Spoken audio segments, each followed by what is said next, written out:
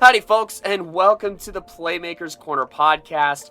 I am one of your hosts for this episode, Kodey Stoffer. And I'm the other one, Simon Voyanos, aka Coach V.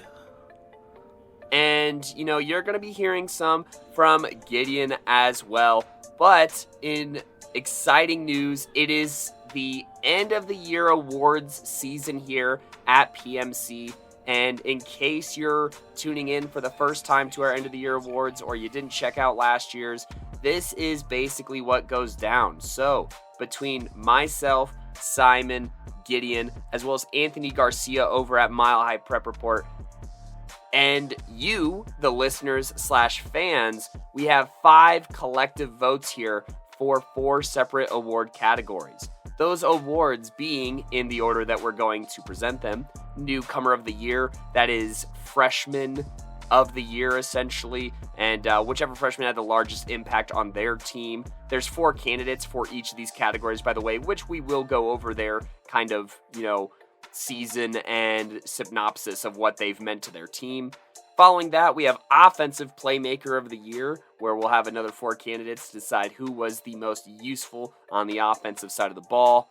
Then we have Defensive Playmaker of the Year, pretty straightforward there, following the same trend. And last but not least, and one of the more exciting ones, especially for two-way players on 1A here, is Most Valuable Playmaker here, where, we've gotten lots of votes on Twitter. Those polls just finished up basically as we're recording this episode. And to vote on any future polls, please make sure to tune in on Twitter at Playmaker Corner, where we post the polls on Friday morning, and they will be open until Monday night for any future award shows as we start to crawl 1A, 2A, 3A, all the way towards 5A here.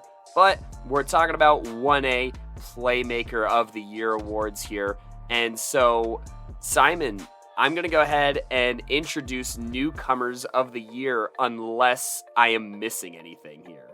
Nope, you sound good. Go ahead and get it going here. All right, so Newcomer of the Year, as mentioned, is going to be whoever was the most productive freshman of the year, all right?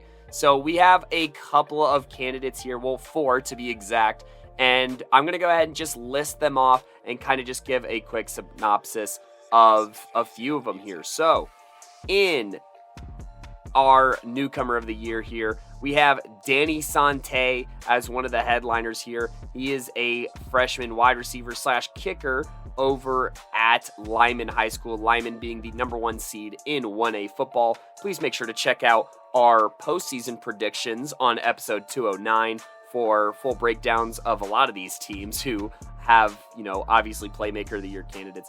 But Newcomer of the Year, Danny Sante, while he didn't really contribute a whole lot as a receiver or as a defensive player recording a tackle, he did still manage to score a lot of points here in being Lyman's kicker here on point after touchdowns. He had 39 attempts and hit 36 of them for a 90% rate of PATs for a freshman. Okay, actually for any level of high school football is pretty insane here.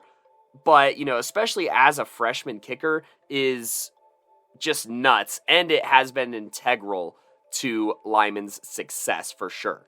And then he is 1 for 1 on field goal attempts from 25 yards, totaling for 39 total points. And that is only through the regular season here, and that's Danny Sante from Lyman High School. And Simon, before I steal every player here, what if we just kind of alternate and talk about the candidates here? You go ahead and talk about one of our other Newcomer of the Year candidates.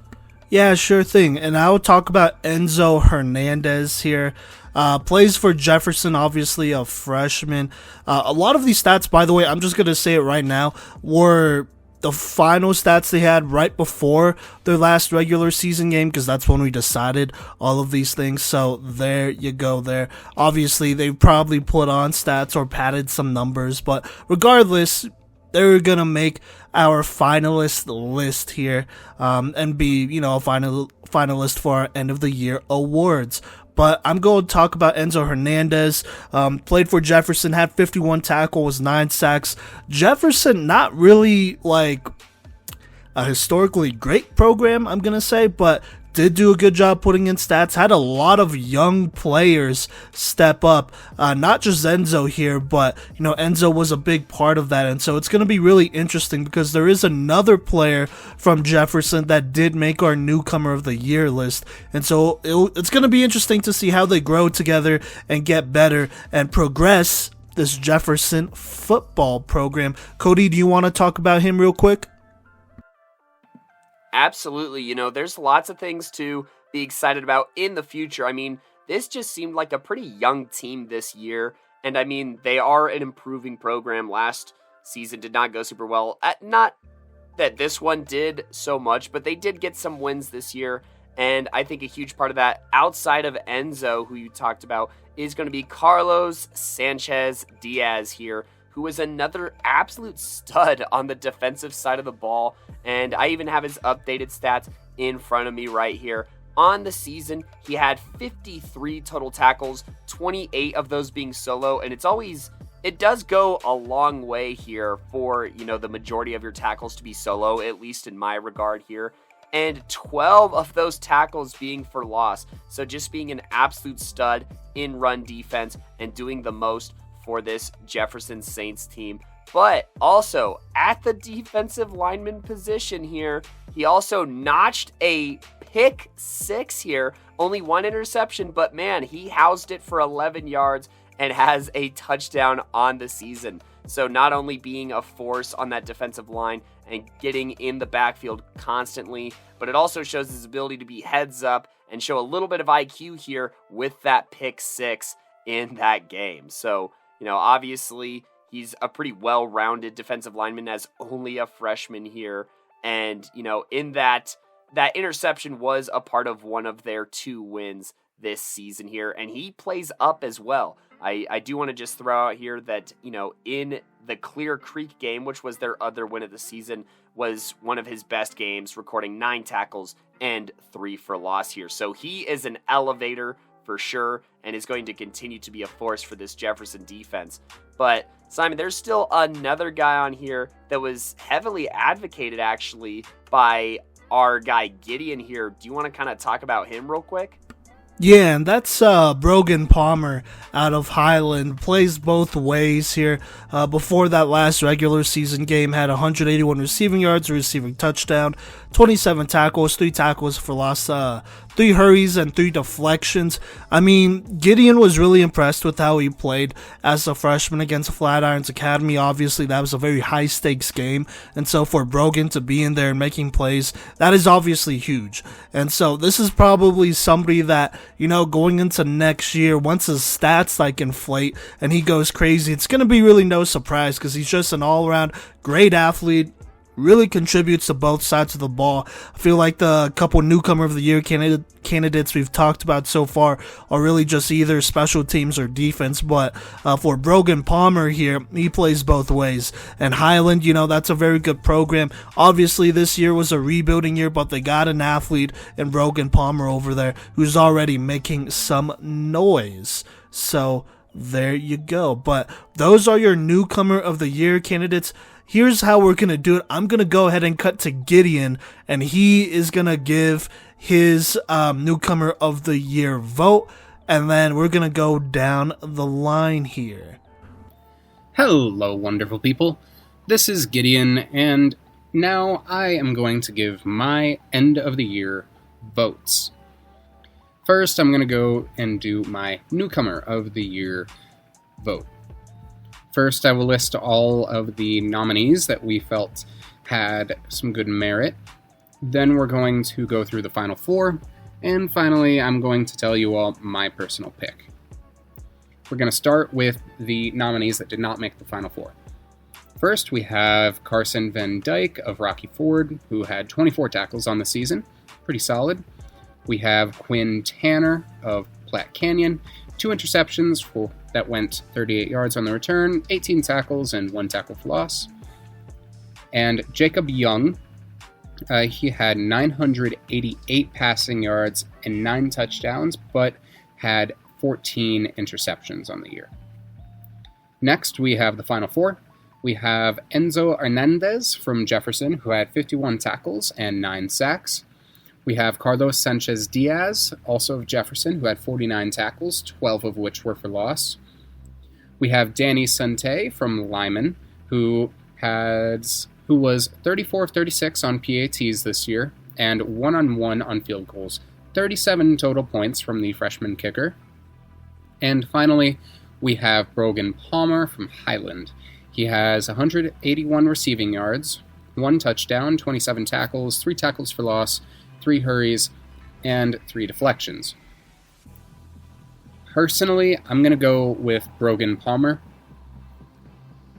Brogan Palmer is the second best freshman that I watched play all year. And the dude is an absolute menace. He towers over the defense. When I watched Highland play Flatirons Academy, he was one of the main pieces that was able to help shut down the Flatirons air game. He managed to break through the line a number of times, almost got a sack, managed to slow guys down, which I believe is a really important piece. Close second for me, though, Danny Sante. Those numbers on the number 1 seed for kicking, you'll love to see. It just comes down to personal preference there. I prefer a guy that is on the field more offensively and defensively, but I cannot deny the value that those 37 points have. Long story short, I'm going to go with Brogan Palmer, but Danny, you were a very close second. Kodey, do you want to talk about the Twitter votes here? Who was our fan favorite? Who won the fan vote for Newcomer of the Year? Yeah, so I love talking about these. I love putting these together here because, really, with these in mind, there's almost 2 separate ways you can win an award, in my opinion, with these polls available. Because whoever wins the fan vote, that is the people's choice for that award, right? So there's a lot of pride to be had there. And out of 276 votes, so thanks for plugging into there, I'm going to go ahead and announce that Danny Sante is your, as in you, the people's choice for Newcomer of the Year with a whopping 57.6% of votes. That was actually the most by any single candidate in any category for any award. So yeah, he won that by a pretty large margin. Shout out to Brogan Palmer with 26.1% of the vote, and Carlos Sanchez-Diaz and Enzo with 10.1 and 6.2 respectively. But the fan Newcomer of the Year is Danny Sante here. And so Simon, there's another contributor here who is not on the podcast episode, our guy Anthony Garcia. Do you want to go ahead and announce his selection for Newcomer of the Year? Yeah, I'll go ahead and do that. And, go ahead and look at Mile High Prep Report. We have that linked in our bio. He does a lot of great things for Colorado high school football, especially small town high school football and high school sports in general. So that's a quick plug for Anthony there. There you go. But Anthony Garcia has voted Enzo Hernandez from Jefferson as his Newcomer of the Year candidate. So there we go. The vote is already split 3 different ways there. But Kodey, what is your vote? I'm gonna go ahead and just throw it back to you here. Yeah, so as if it's not getting muddied enough here with 3 of the 4 different candidates being selected, Coach V, I'm gonna put you in a tough spot here, or I'm gonna put you in the deciding spot here, because I'm gonna go with the other candidate here, Carlos Sanchez-Diaz. Look, I'm always a big fan. If you tune into last year's awards, I love our guys down in the trenches, especially on that D line, who make a big impact as freshmen. I feel like that's one of the hardest spots to really make a huge impact in, because you really are just thrown to the wolves here.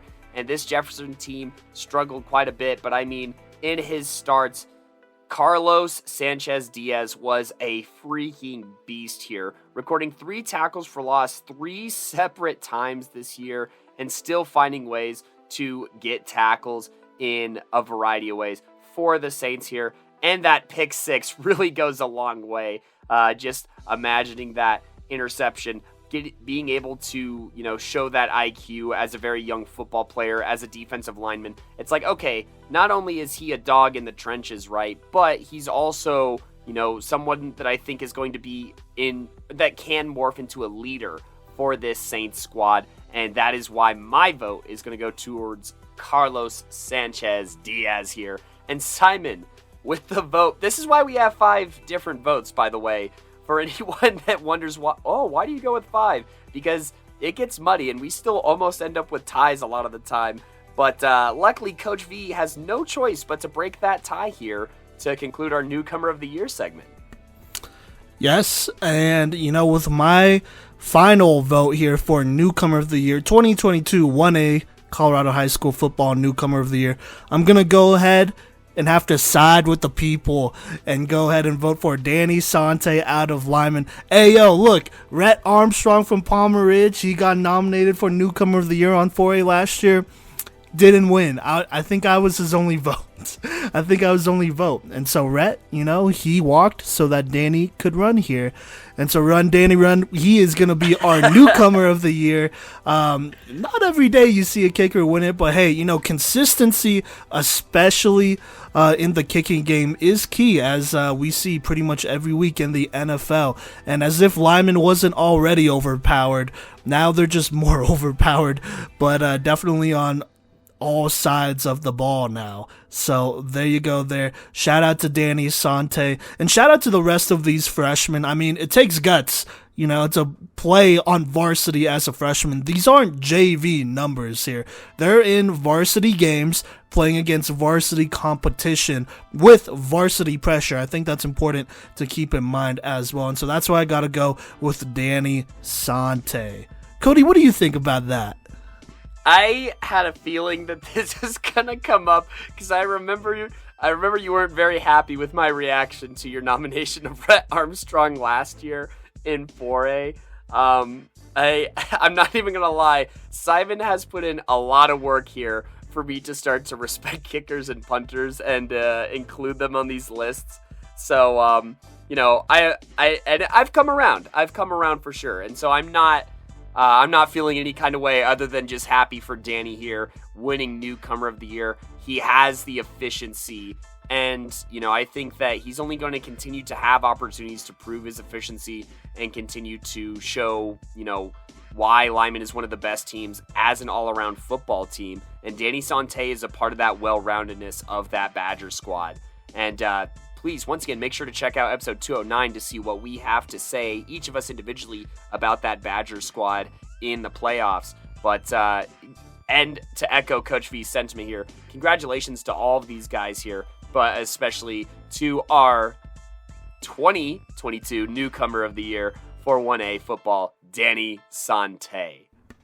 Yes. And, Coach V, do you want to transition us to this next award here? Yeah, let's just keep it going here. So let's go ahead and talk about your 2022 Colorado High School Football 1A Offensive Playmaker of the Year candidates.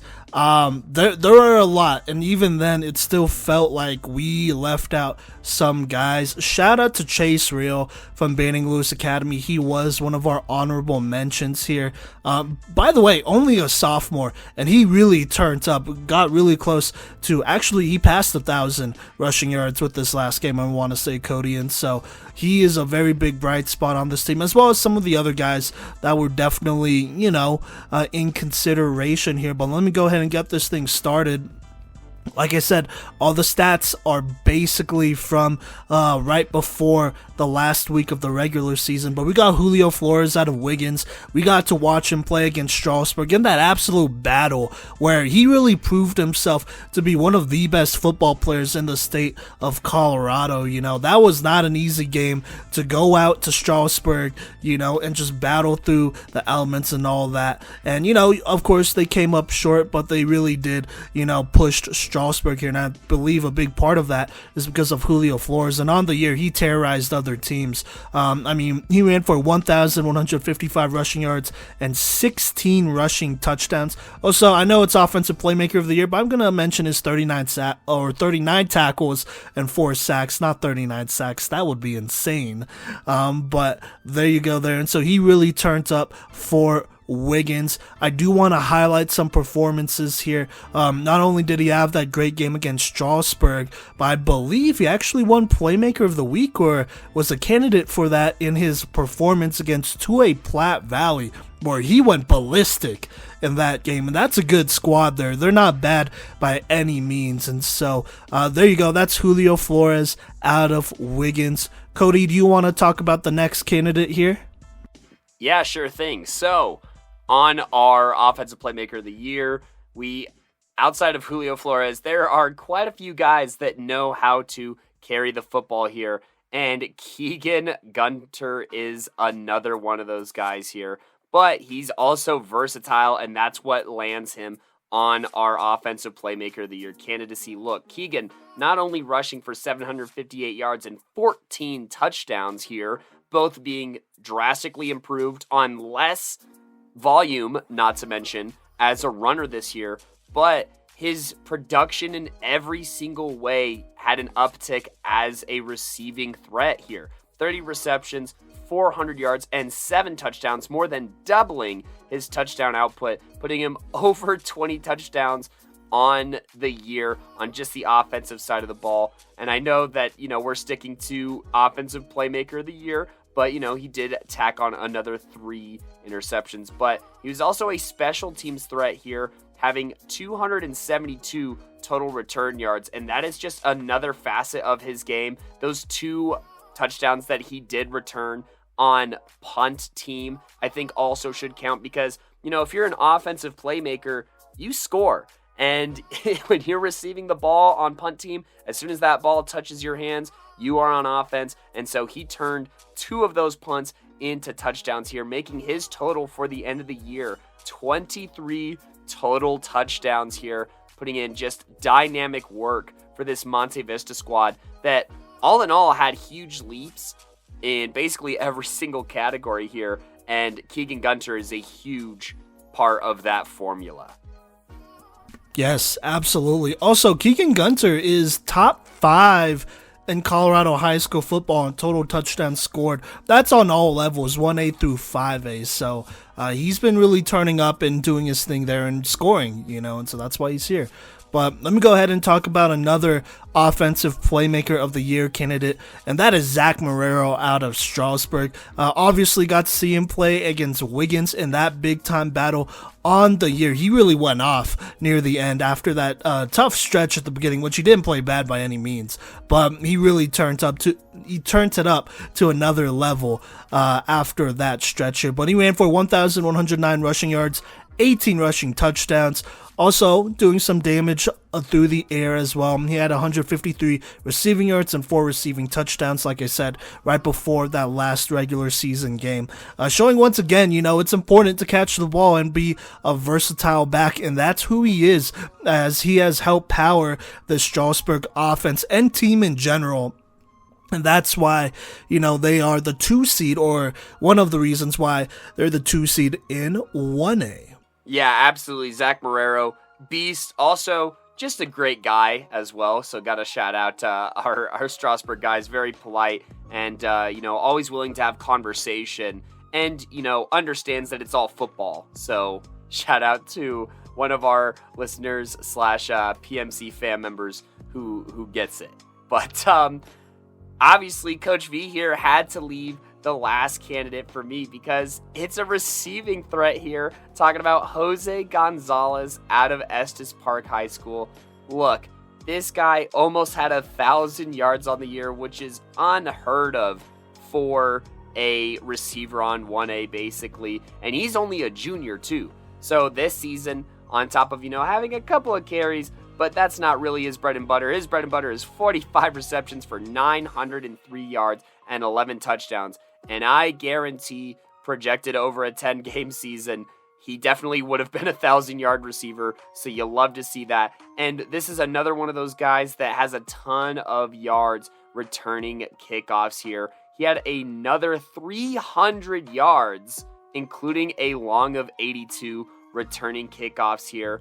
And, those were a part of his ability to score as well. 2 kickoff returns, 4 touchdowns for Kickoff returns 4 touchdowns, not to be confused with the number 4. But, that brings his total to 13 touchdowns on the year, making it better than last year, and also having 5 different 2-point conversions on receptions as well. So just being the number 1 guy on the number 1 passing offense in 1A is a huge deal and a big reason why he is a candidate for Offensive Playmaker of the Year.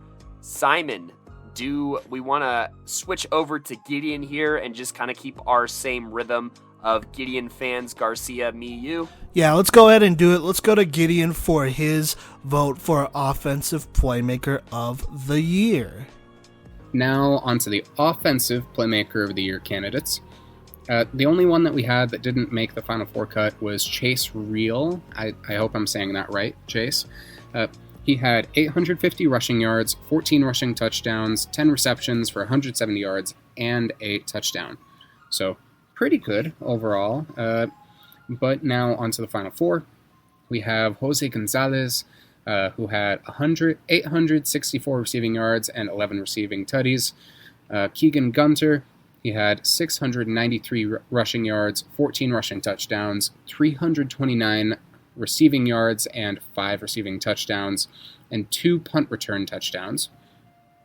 Zach Marrero, he had 1,109 rushing yards with 18 touchdowns, as of us putting together this list. 153 receiving yards with 4 receiving touchdowns and 33 tackles. And finally, Julio Flores, with 1,155 rushing yards, 16 rushing touchdowns, very good defensive play as well. Okay, this may be controversial. Personally, I'm going to go with Julio Flores. Julio Flores is definitely in my top 5 for running backs that I've watched play this year. He's up there with Neesant from Pooter. He's up there with Josh Schneider from Columbine. He's up there. And I haven't seen Marrero play. But these teams, Marrero's on Strasburg, these teams are at about the same level of production. At that point, it comes down to it comes down to personal preference. And based off of what I've seen and how it's been described to me, I'm going to go with Flores. But Marrero is second for me. Thank you, Gideon, for filling us in on that. And now we're back here with the fan vote to announce who is your Offensive Playmaker of the Year. This was the closest poll.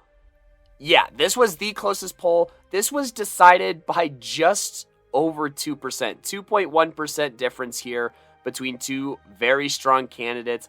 But Keegan Gunter is the one that pulls this one out. 43.6% of the votes, just narrowly edging out Zach Marrero here at 41.5%. But congratulations to Keegan Gunter for being your Offensive Playmaker of the Year, and the fans' Offensive Playmaker of the Year. But let's see where the other votes fall here.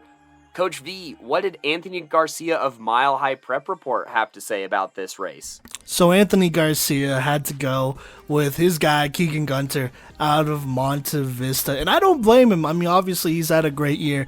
And I know Anthony down there has been able to witness some of his greatness this season. And so that is who he is rolling with. So that's another vote for Keegan Gunter.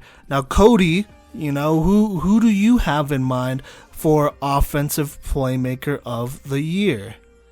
Well, Simon, I hope that I'm not going to be stealing any of your thunder. Now, I know what all the fans are thinking, that I would vote for Jose Gonzalez, and I did think about it. I have that wide receiver bias for me. But, I do think that I'm going to have to put the nail in the coffin here for Keegan Gunter and be his third vote. Just the strides that he was able to take and the versatility on offense. Lots of touches, lots of touchdowns even. Just being a very versatile threat for this Monte Vista squad, and I gotta look at the huge improvement. They were 6-4 last year, they're 8-1 this year, and his ability to also return punts and kickoffs, it's something that I expect him to probably do in the postseason as well. And those 23 touchdowns and the variety of which they come in is very impressive to me. The versatility is off the charts here for Keegan Gunter, and he has my vote for Offensive Playmaker of the Year. Coach V, I hope I didn't ruin your thunder here to give you a lame duck vote here, but who is your vote for Offensive Playmaker of the Year? No, that's okay. I was kind of glad you voted. Well, I'm always glad when you vote first here, but I was actually going to vote for Zach Marrero. I know it doesn't count for, well, not now for anything. It was definitely close in the Twitter votes, and if he would have edged Keegan Gunter out, then we probably would be tied here. And I think we decided for everything except for MVP, we could have co-winners, right, Kodey? At least this year, that's what we're doing. Yeah, we can have co-winners just not MVP.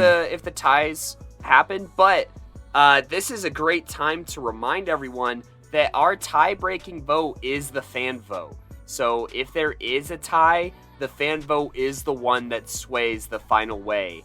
If there ever is a tie. Yeah. So good time to remind for that for Most Valuable Playmaker. Okay, well, there we go there. But, it'd be tied 2-2. But I just want to vote for my guy, Zach Marrero here. I mean, obviously, he's turned up for Strasburg, done a lot for them, and so there's really no surprises here. I mean, all these players are heck of a players, and I got a ton of respect for Keegan Gunter here. He's half of the greatness on that Monte Vista backfield, in that Monte Vista backfield. So, or I guess a third if you count the quarterback, which you have to. So, yeah, but still, a really big part of that. So shout out to him and congratulations to Keegan Gunter of Monte Vista for winning the 2022 Colorado High School Football 1A Offensive Playmaker of the Year. Kodey, do you want to talk about our Defensive Playmaker of the Year candidates? Absolutely. This one was insane. All of these guys, I mean, just like every category, all of these guys are here for a reason. But man, these Defensive Playmakers of the Year were absolute dogs this year. And so I'm going to go ahead and talk about our 4 candidates here. One of them being Trayton Marks, a consistent, speaking force for, Playmaker of the Week. Constantly in the conversation, constantly, making us think outside the box a little bit for looking for other ones, because we probably could have just chosen him every single week for the entire year, more or less. But I mean, the stats we got here: 74 tackles, 16 and a half of those for loss, 9 sacks, so almost double-digit sacks, 1 forced fumble, and 2 fumble recoveries. And I'm pretty sure that one of those fumble recoveries or the forced fumble, I don't remember exactly which one, but one of those came in that Strasburg game on the road and was hyper-critical in that win. So, yeah, absolutely big performance here from, this squad. But, in the end here, it does go, Trayton Marks' way to be a candidate here for this squad. Simon, you want to talk about one of our other, maybe our other defensive end candidate here? Yeah, I was going to do that. And so Nate Tonneson out of Colorado Springs Christian, CSCS, is another Defensive Playmaker of the Year candidate. He plays edge rusher, defensive end.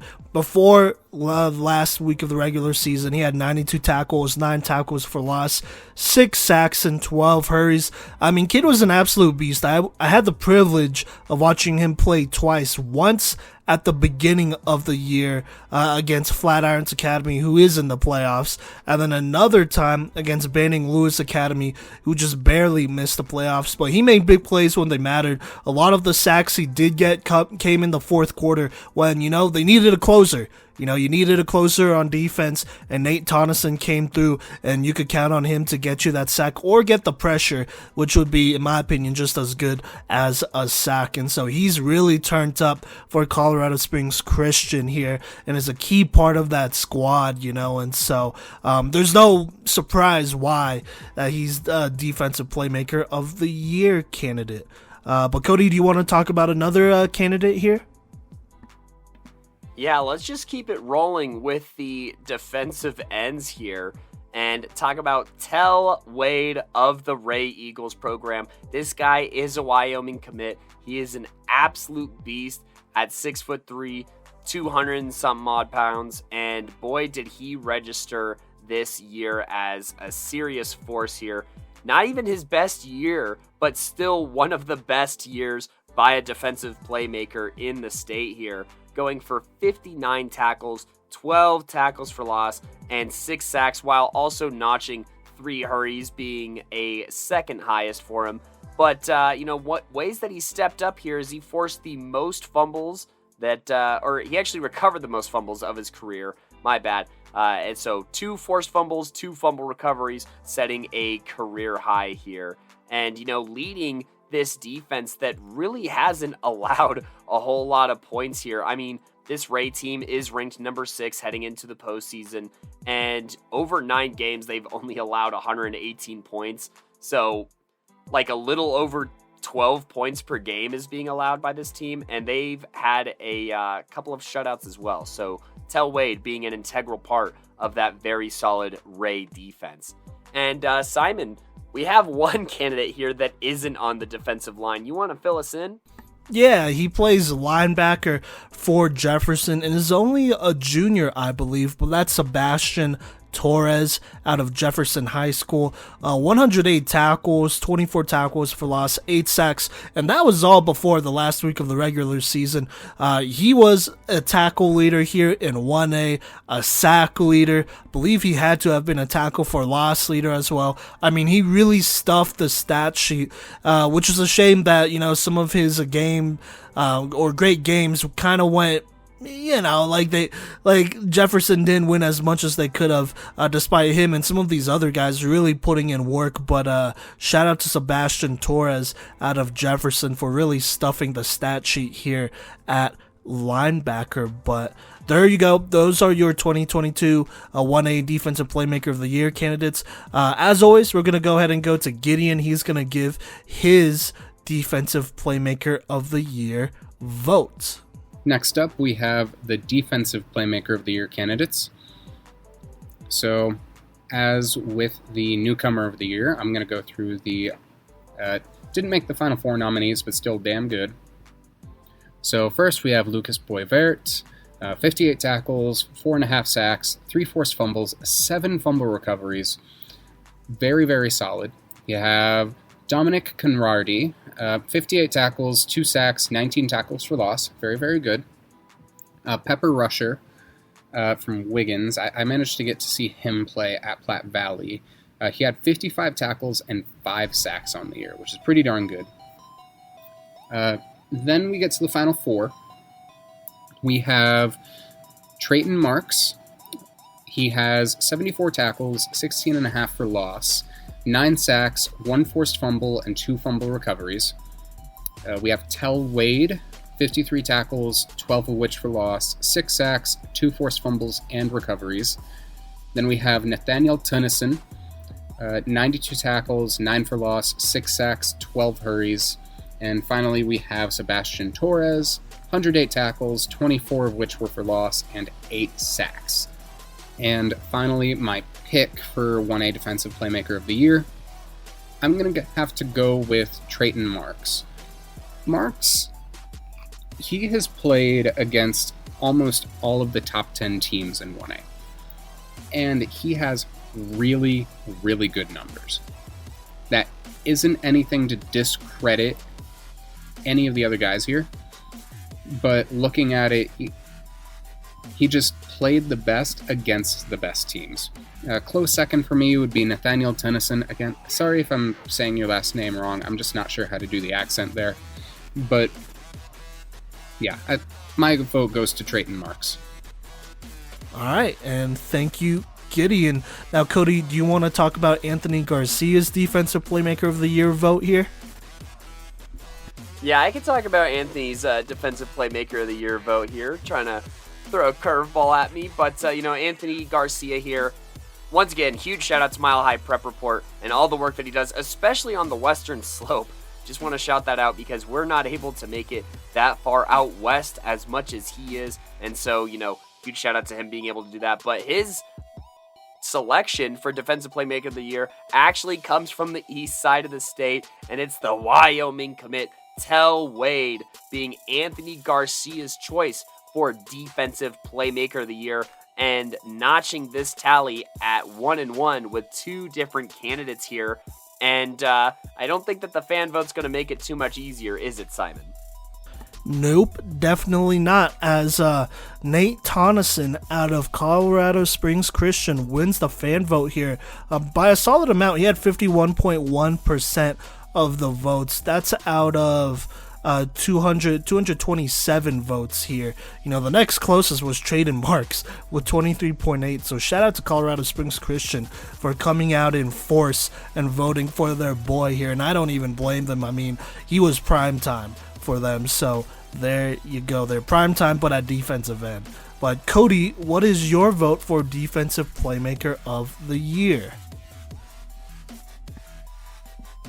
Well, Coach V, this is always a hard one here, as, there's just a lot of really good candidates here.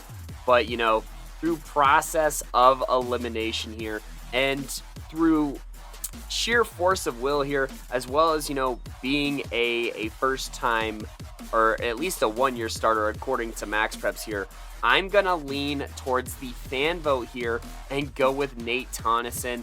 Look, I was going back and forth, admittingly, between him and Traden Marks. It is a very hard vote to have, but you look at just some of the bonkers numbers that he was putting up, especially, you look at that really close win over Flatirons Academy where he has 18 total tackles. That's absurd.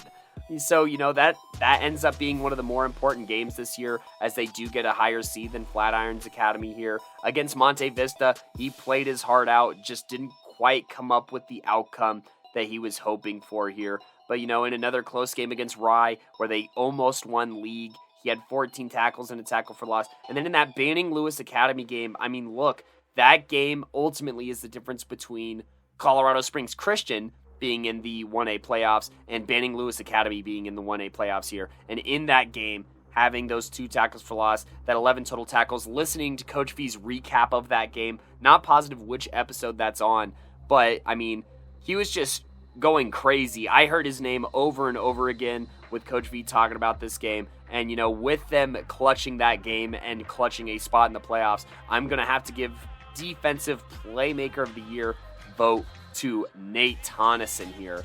Coach V, what's it gonna be?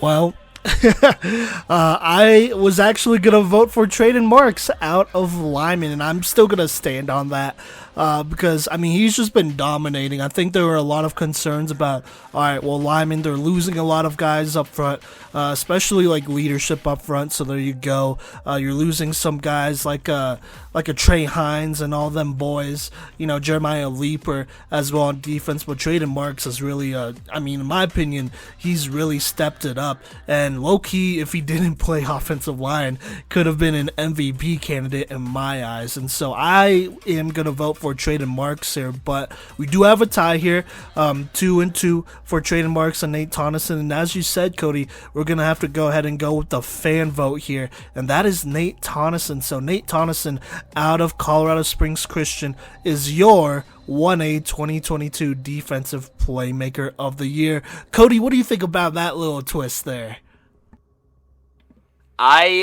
First off, I love the fans and their participation. This was, a solid enough poll with 227 votes. Not the biggest, not the smallest, but like you said, the Colorado Springs Christian community really tuned in to here. And, this is as the person who puts the polls together, this was the only poll where I could tag every single school of the candidate here.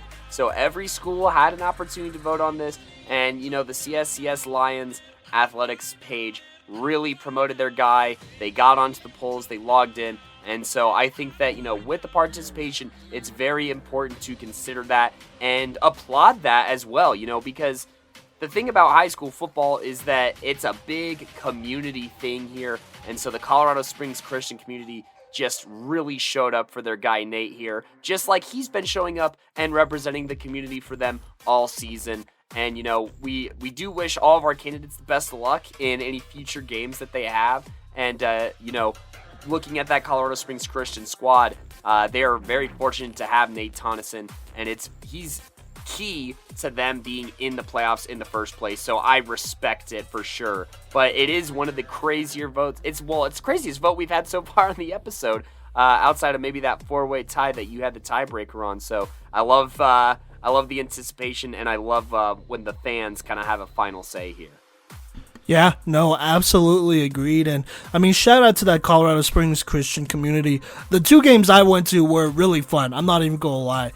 Great crowd and everything. They're really enthusiastic about their teams. And maybe it was because the 2 games I went to were like one of the most important games of the season, but they really packed those stands over there at UCCS. And so, huge shout out to them. And I mean, huge shout out to all these playmakers in general. Obviously, they're all going to have to go to work here in these playoffs.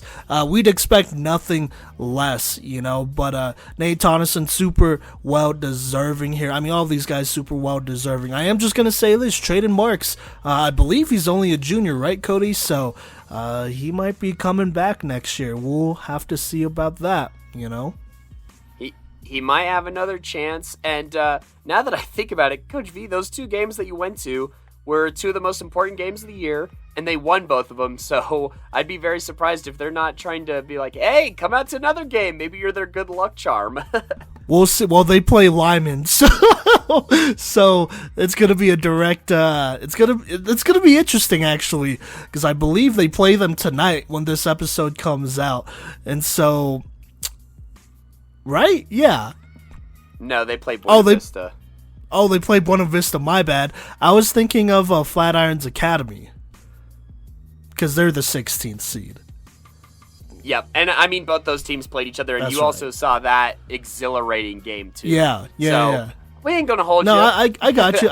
Because I was about to say, that'd be an interesting storyline if Nate Tonneson went up against Traden Marks, because, like defense versus offense. We would see pound for pound how it goes. Yeah, that'd be sweet. There you go. That would have decided. We'll just have to imagine it, unless they meet in the playoffs, which would be crazy. Go ahead and listen to our playoff preview to see how many of us maybe predicted that, or maybe didn't predict that. It would definitely be crazy. but anyways, yeah, we have one more award category here, and it's the most important one. So I'm not trying to diminish anything else that has been accomplished. Kudos to all of these playmakers and all their nominations, but Simon, this is the 1A Most Valuable Playmaker here. Yes, it definitely is. I mean, does it really need to be explained? I'm going to explain it anyways. It goes to the MVP of 1A, the best player pound for pound in 1A. And we got a lot of great candidates here who have really turned up for their squads. Kodey, do you mind if I go ahead and get this thing started here? Send it. Bet. So I'm going to go ahead and talk about Rylan Reeds out of Estes Park. Look, they didn't make the playoffs, but the numbers that Rylan Reeds put up for Estes Park, a 1A squad, were insane. Like I said, going into the last week of the regular season, he had 2,569 passing yards, 31 touchdowns to only 10 interceptions. That's really good. I mean, you got to consider Estes Park, they're a throwing team, and so you could definitely have more interceptions than 10, but for him to have 31 touchdowns and run that offense well, that is definitely big time. I mean, that's good enough for him to be top 5 in the state of Colorado, not only in passing yards, but in passing touchdowns, I believe, and you don't see that every day on the 1A level. You got a lot of teams that love to run the ball, and they do it well. I'm not even going to blame them there, but Estes Park, they work with what they got, they run that spread. That's why you see guys like Jose Gonzalez here, Michael McCown. He didn't make any of our list, and I don't think he'll make our All Playmaker list, but he really turned up, had a great season as well. He almost had 2 receivers that had 1,000 receiving yards and 10 touchdowns a pop. They were really close to that number, and so there you go. That's Rylan Reeds out of Estes Park. All right, and Ryland's really, really impressive, and one of the top passers in Colorado football, period. And that's on a shorter season than most of the quarterbacks. that are on the leaderboard will have. So, there's that to consider. But no, there is a stud here and one of the most improved teams in Colorado, and that is a Monte Vista Pirate here in D'Angelo Archuleta here, an absolute beast, another guy who really just helped keep this wheel turning. 1,000 yards running the ball here and 16 touchdowns, 500-plus yard games, and an absurd 8 yards per carry for this guy who just really turned up. He also had a receiving touchdown for this Monte Vista squad, but it's also what he was able to do on the defensive side of the ball that puts him in this conversation here. Rylan Reitz is actually one of the rarities here for Most Valuable Playmaker being a one-way guy because, D'Angelo Archuleta here on the defensive side, 76 tackles, 9 of those for loss. So, even more tackles for loss than last year. He also registered a sack, 2 pass deflections, and a fumble recovery.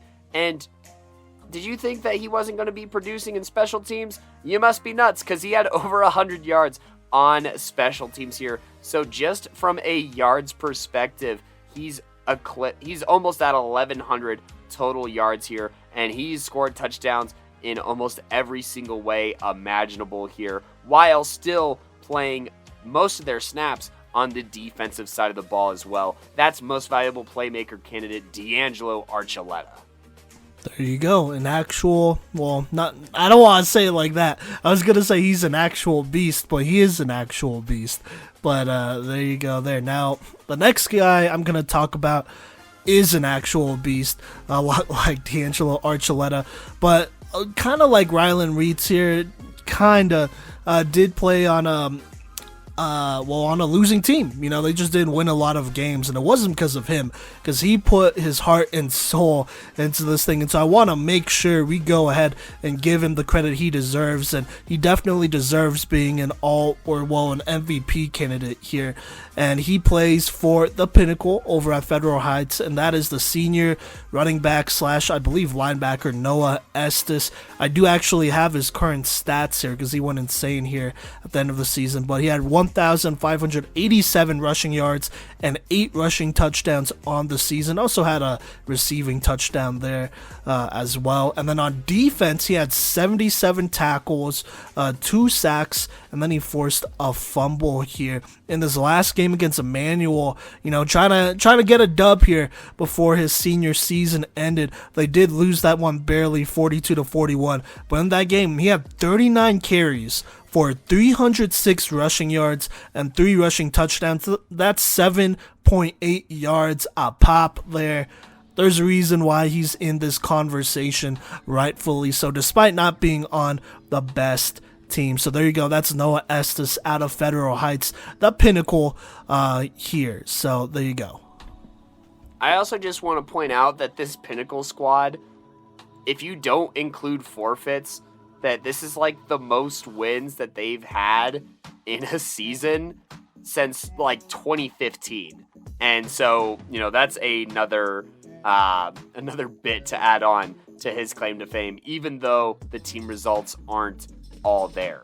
But this next candidate here, if anyone has the team results, it's Gabe Schubarth here for Lyman High School.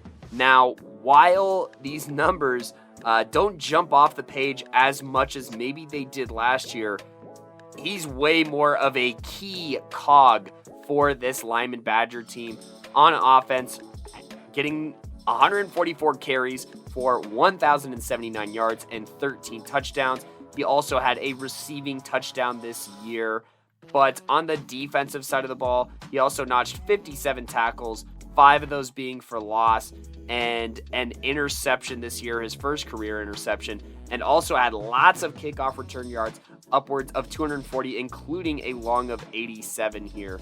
And so, with all these touchdowns for him, and, for Gabe Schubarth here, something to keep in mind is you look at his numbers last year, and he had to be a lot more fresh. There was significantly reduced carries. He was the complimentary back, I'd say, who'd get a lot of those opportunities when they were trying to rest Jeremiah Leaper. But, this Lyman team played one of the hardest schedules in Colorado football this year. And I'm saying that for any level here, as they did go 9-0 against literally all playoff teams. And, I think Gabe Schubarth was integral to that performance. And so he is our fourth most valuable playmaker candidate here. But we're going to pass it off to Gideon, who does have something to say about all these candidates and also is going to cast his vote. And finally, we have our MVP candidates. So the guys that didn't quite make the cut for the Final Four, we have Wyatt Sprague with 1,118 passing yards. He had 14 touchdowns, only 4 interceptions, 130 rushing yards, 3 rushing touchdowns, and 42 tackles. We have Cole Kerr, who had 884 passing yards and was 12 for 8 on the year, so he had 12 touchdowns, 8 interceptions. However, made up for those 8 interceptions with 558 rushing yards and 5 rushing touchdowns, along with 47 tackles and 2 interceptions. Next up, we have Noah Estes from the Pinnacle. He was one of the state leaders in rushing yards this year. He had 1,587 rushing yards with 5 rushing touchdowns and 77 tackles on the year. Then we have D'Angelo Archuleta from Monte Vista. He had 990 rushing yards, 16 rushing touchdowns, 55 tackles, 7 of which were for loss. You got Gabe Schubarth, 905 rushing yards, 12 rushing touchdowns, 49 tackles, 1 interception. And then you have Ryland Reitz, who had 2,569 passing yards, 31 touchdowns, 10 interceptions on the year. Now, when it comes to my personal pick, I'm going to have to go with D'Angelo Archuleta. Monte Vista, they're on the 1A playoff bracket, they have a pretty good chance against Lyman. They're probably the only team on that side of the bracket that I can see beating them. Even then, it would have to be like a perfect game. But then we look at his numbers, 990 rushing yards, 16 touchdowns, then also more tackles and a lot more tackles for loss than a lot of guys. Close second for me, though, has to be the engine of the offense on the best team in 1A. You got Gabe Schubarth, absolute beast. From everything that I've heard, I haven't had a chance to watch Lyman play, but from everything I've heard, that is a damn good team. Yeah, long story short, D'Angelo Archuleta, he's got my MVP vote. So, there are my votes. If you agree, disagree, you're allowed to. There are a couple where it's close. It's very, very close. But it's up to me in terms of voting. So, I hope you all have a good day, and I'll talk to you soon. Peace. Thank you, Gideon, for filling us in there. And like Gideon said, really anybody could have won this award or any of these awards. And huge shout out to all of the nominees up until this point here. But it's going to start to get pretty dicey here, Simon, because I believe that Anthony Garcia is going to throw a little bit of a wrench here on Archuleta's lead here. Is that correct? Yeah, he definitely does, which is surprising in some ways, but, he went ahead and cast his vote for Gabe Schubarth out of Lyman High School. And I don't blame him. I mean, Gabe, if you look at his numbers, like I said, not the most amount of yards, still a very good season, but if you look at what he did against a very good opponents here, I mean, the resume speaks for itself, so there you go. Absolutely, and this award race, as it should, is going to be pretty back and forth here. This one was another really close one from the fans here. This one was only decided by 3.6% here, with Noah Estes at 40% coming in second place to D'Angelo Archuleta, who is the fans' choice for most valuable playmaker here. And I mean, shout out to Monte Vista here for throwing some love for their guys on these polls here, as they secured their second successful nominee for the fan votes here. But Coach V, if you don't mind, I'd like to throw a wrench in myself here and keep it interesting. Yeah, no, go ahead. My vote for most valuable playmaker is going to go to Gabe Schubarth, putting this at a 2-2. If it was going to go to tiebreaker here, D'Angelo Archuleta would win because of the fan vote. But I got to pull it close because, look, Gabe Schubarth, for me, this most valuable playmaker argument is best player on the best team. That's the way I see it. I just want to go through this schedule real quick and talk about all these performances that Gabe Schubarth had to put together. Look, their season opener was against a 2A playoff team that is the 3 seed in the postseason in Florence, and they beat them by more than 2 scores here, as Schubarth had 16 carries for 100 yards and a touchdown. The next week, they face off against Meeker, the 11 seed in 1A, 14 carries, 157 yards, and 2 scores. In that Strasburg game, he had to be very patient. He did not get to rip off a really long gain against this tough Strasburg team until late. Strasburg, the number 2 team in state on the 1A level, who they beat 27-0, thanks in part to a touchdown from Gabe Schubarth here. Not to mention a very solid, performance, guiding this defense, watching what he was doing, making sure people were lined up in the right spot was huge. They beat Buena Vista pretty hard, and he had 3 touchdowns in that game. Buena Vista being the number 5 seed, I want to say, in 1A football. Burlington maybe shouldn't be a playoff team, but they are anyway, and so he almost had 200 yards and 3 scores in that game. In their closest game of the season against Ray, they only win this game 13-8, but he has his best defensive performance in that game, having 9 total tackles and a tackle for loss. You keep going through the schedule, it just continually impresses here as they beat Wiggins. He has 186 yards, and that's against the number 3 team in state. 2 touchdowns in that game. Against Yuma, another 174 yards in that game, and a touchdown. Not even to mention that, just his ability to flow around the field in a lot of these games, especially down the stretch in league when these games mattered most. That's when some of his best performances were. Look, in Holyoke, 2 tackles for loss and 5 total tackles. And, that was one of their closer games of the year, and he didn't get handoffs. So what does that tell you? But my argument here for Gabe Schubarth, best player on the best team. Coach V, it's at 2-2. You could vote for one of the other candidates here and let the fan vote decide, or you yourself can decide to break this 2-2 tie yourself.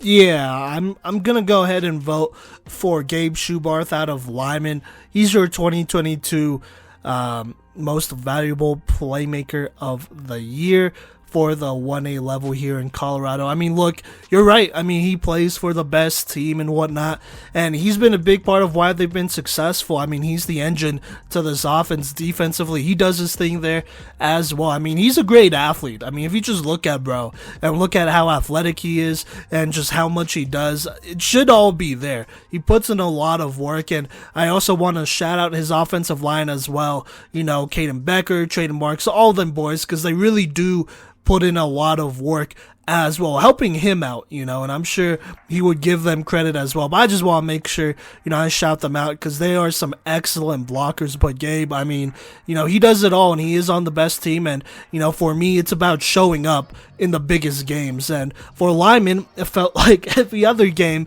was the biggest game of the season because of how many quality opponents they scheduled, which is valid. A lot of Colorado high school football teams kind of dodge, but Lyman, they don't. They're not going to dodge competition. They're going to play you straight up.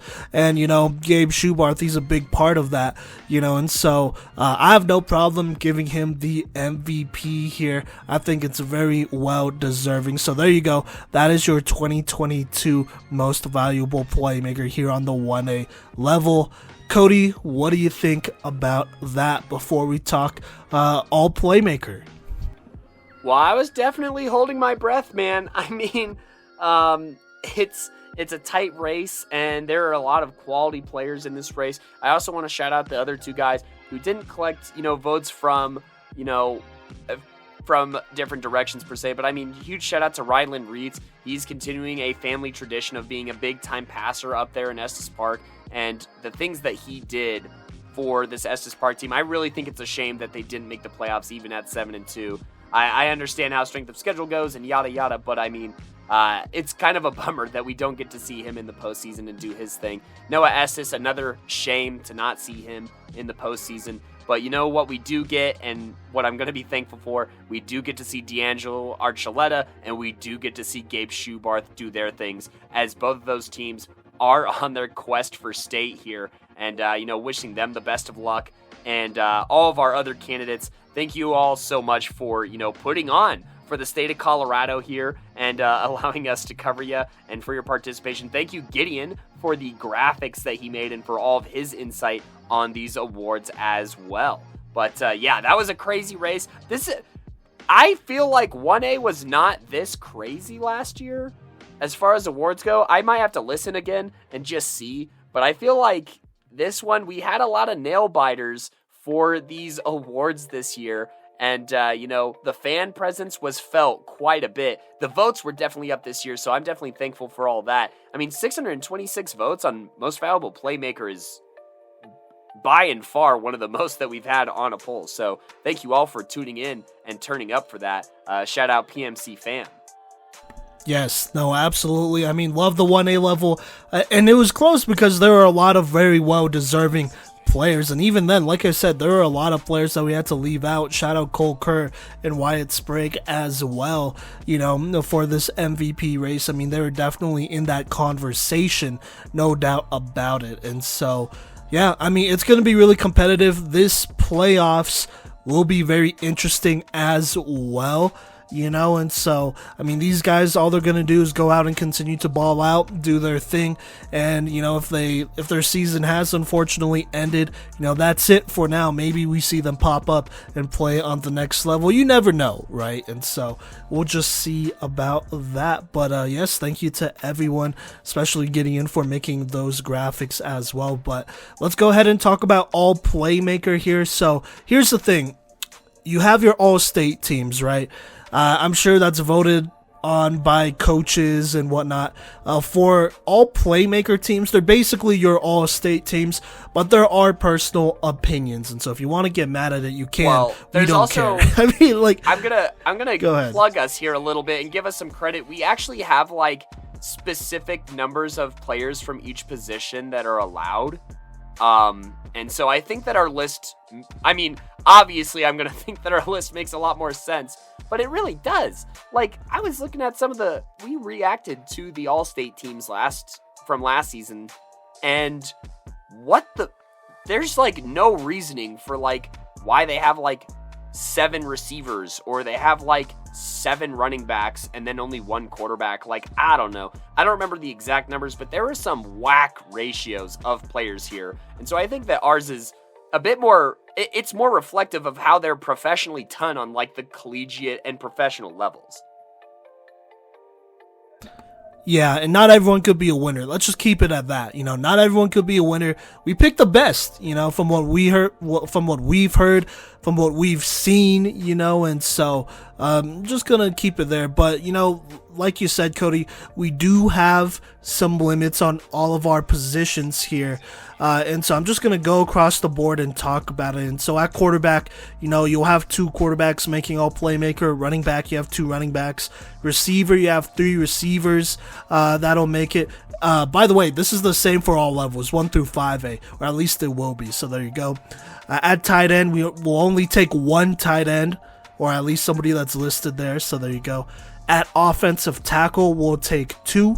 So guys who have mostly played on that outside on offensive line. And then we have interior offensive linemen. This could be centers, guards, whatever. As long as they play on the interior, we'll take 3. So you have 5 linemen there. So that's your offense. Then defense, we'll take 2 interior defensive linemen or defensive tackles, however you want to say it. At edge rusher, we'll take 2 of those guys. Edge, defensive end, whatever. If you're playing on the edge, then that's what we have you classified as. We look at all your film. So there you go. And then at linebacker, mostly inside linebacker, that's 2. At cornerback, we'll take 3. At safety, we'll have 2. Kicker, we'll have 2, and then punter, we'll have 1. And there is a chance that it could be both there. So there you go. I just want to walk through that process there and whatnot. We don't quite have our list finished. I'm not even going to lie, but there you go. There. I just want to talk about that real quick here. Don't really want to give too many reasons. The reasons they make our list is because we like it and we feel like we deserve it, or they deserve it, right, Kodey? Yeah, I mean, look, this is Playmakers Corner, is it not? So, we talk about playmakers on this show, and all we talked about them on this end of the year awards episode. There's a reason that the P stands for Playmaker in those awards, and there's a reason that this All Playmakers team, we made this because I definitely feel like frustration was a part of it here, as we reacted to last year's all state lists. If you can find that episode, go ahead and give it a listen, because there's definitely some very visceral reactions from us, and we're like, who's decided what's going on here? You need to have a little bit more rhyme and reason to this, and I think that's where this comes from. So we feel qualified. We've watched a lot of football. I mean, we watched basically, between Simon, Gideon, and myself, we watch at least 4 games a week, basically every week, if not more. So, we've seen a lot of football. We've watched a lot of film. We understand how numbers work. And I think that's what's going to land us here for our All Playmaker team. So just stay tuned for the graphics for that. Is that right, Coach V? Yeah, I mean, they would have seen it by now. They most likely would have seen it by now, unless they just, subscribe to us on Spotify and they just listen to the episode. Go ahead and go on Instagram and go look at it there. You could look at all the guys who made it and whatnot. Should be a pretty nice graphic. But like I said, it's competitive. Football's competitive. We pick the best, and obviously we're looking at everyone's film. There's not one person's film that we have not looked at on this list, or at least that not one of us have looked at. So there you go. It also, encourages players and coaches to not be lazy. Upload your film, so that we could kind of push you out there. Because there are teams on the next level that are like, hey, what does 1A, Colorado football have to offer? What are they all about? We've definitely had a couple messages about that throughout this season and, in the off season as well. But it hurts when you don't have anything on there and it's a picture of you, like, I don't know, fishing or whatever. So there you go. But Kodey laughed a little too hard at that. But but there you go. That's your All Playmaker list. Be on the lookout for those. For all of the episodes, for all of the end of the year episodes moving forward here, for 2A through 5A, this is what we're gonna do. We're gonna do obviously your end of the year awards, and then we'll briefly talk about All Playmaker, about some of the guys that make the list or may not make the list. It just kind of depends, but it'll be a short little segment there. So there you go there. Kodey, do you have any last words here before we sign off? That sounds so ominous, but no, I think you have the outro this week, or on this episode, as far as where to find us on social media, whether that's Twitter, Instagram, Facebook, at Playmakers Corner, and I'm accidentally doing it, and I'm just going to follow through with it. Go ahead and look for us on TikTok, at Playmakers Corner, where we have been posting highlights from the games we've been attending, and it's only going to get more impressive as it is playoff season. Make sure to listen to episode 209 anywhere that you listen to podcasts, Spotify, Apple Podcasts, Google Podcasts, or Anchor, and, whenever you go to one of those, make sure to follow or toggle the little notifications thing so you get notifications every single time we post an episode. We'll be having episodes come out on Tuesdays and Fridays as we have more end of the year awards coming out, and then our weekly recaps where we react to playoff weeks, playoff games that we attended to, and then kind of talk about the next round and look ahead to that, and also talk about, Gideon, Coach V, and I all filled out brackets for 1, 2, 4, and 5A. We will fill out a 3A one whenever that playoff bracket is finished. And we have a little bit of a point system. I talked about it very briefly on episode 209. But, one of us will be the most right on every single bracket. And, a little bit of a friendly competition here at the podcast. Never hurt anybody. Also, make sure to find us on YouTube, Playmakers Corner, the same as everywhere else. Yeah, and now that I'm out of breath, I'm going to pass it back to Coach V to pick up anything that I may have forgot since, between the two of us, the CTE is real. And we'll see you around on Tuesday. Go ahead and read up at Mile High Prep Report. That's made by Anthony Garcia and his guys over there. Like I said, they do a good job covering small town Colorado football. And then, hey, keep an eye on our Twitter. That's where all of our polls will be and whatnot. So yeah, but we'll see y'all later.